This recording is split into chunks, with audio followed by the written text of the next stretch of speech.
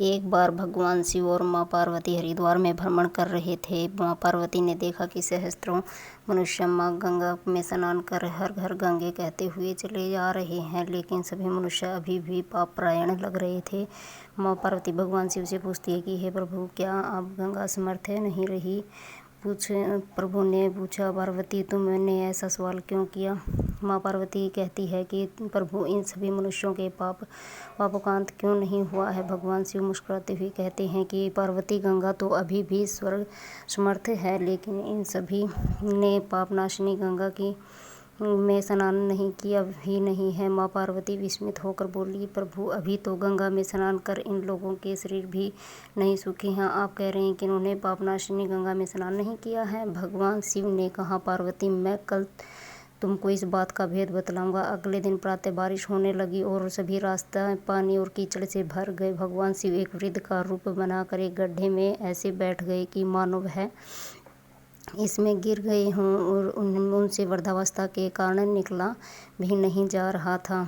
उन्होंने माता पार्वती को समझाया दिया कि तुम गंगा स्नान कर आते सभी मनुष्यों को सुनाकर कहना कि मेरा पति इस गड्ढे में गिर गया है। मेरे पति सर्वथा निष्पाप हैं, निष्पाप आत्मा है और कोई निष्पाप पुण्यात्मा है, आत्मा है जो कोई उनको बाहर निकाल सकती है। अगर कोई व्यक्ति निष्पाप है तो मेरे पति को बाहर निकालने के लिए हाथ लगाए, लेकिन अगर कोई निष्पाप नहीं हुआ तो उसका शरीर जलकर भस्म हो जाएगा। माँ पार्वती अब गड्ढे के पास बैठ गई और सभी को सुनाकर कहने लगी कि हर कोई सुंदर स्त्री का प्रलाप करते हुए देखकर रुक जाता है। एक सुंदर स्त्री को वेदना में देखकर हर कोई उसकी मदद के लिए तैयार हो जाता है, लेकिन जैसे ही एक वृद्ध वेशधारी भगवान शिव को बाहर निकालने के लिए हाथ बढ़ाने लगते हैं, माता पार्वती तुरंत उन्हें टोक देती है। वह कहती है कि मेरे पति सर्वदा निष्पाप आत्मा है और कोई निष्पाप पुण्यात्मा है उनको बाहर निकाल सकती है। अगर तुम निष्पाप हो तो मेरे पति को बाहर निकालने के लिए हाथ बढ़ाना। मैं तुम्हें पहले ही चेतावनी दे देती हूँ कि अगर तुम निष्पाप नहीं हुए तो तुम्हारा शरीर जलकर भस्म हो जाएगा।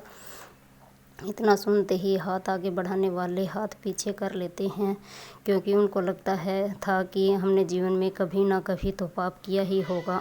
दूसरे उनके मन में आता है कि इस बूढ़े के लिए क्यों अपनी जान जोखिम में डालें। शाम के समय एक युवक हाथ में लोटा लिए वहाँ से गुजर रहा था और माँ पार्वती ने उसको भी अपनी व्यथा सुना दी। जब वह मदद करने के लिए हाथ बढ़ाने लगा तो उससे भी वही बात कही जो अब तक वहाँ से गुजरे हजारों लोगों को कही थी।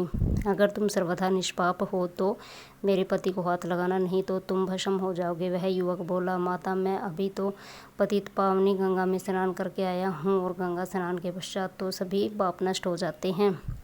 मैं अभी आपके पति को बाहर निकालता हूँ। उसने हाथ बढ़ाकर वृद्ध के रूप में भगवान शिव के बाहर निकाल दिया। भगवान शिव और माँ पार्वती ने उसको अपने वास्तविक रूप में दर्शन दिए। भगवान शिव बोले कि देखो पार्वती, हजारों लोगों में से केवल इस युवक ने पूरी श्रद्धा से स्नान किया था कि गंगा स्नान से व्यक्ति निष्पाप हो जाता है। कहने का तात्पर्य यह है कि लोग बिना किसी श्रद्धा और विश्वास के गंगा स्नान करते हैं, इसलिए उनको उसका पूर्ण फल नहीं प्राप्त होता है। इसका अर्थ है यह कदापि नहीं कि गंगा स्नान का फल नहीं मिलता, लेकिन गंगा स्नान का वास्तविक फल उसी को मिलता है जो पूर्ण श्रद्धा भावना से स्नान करता है।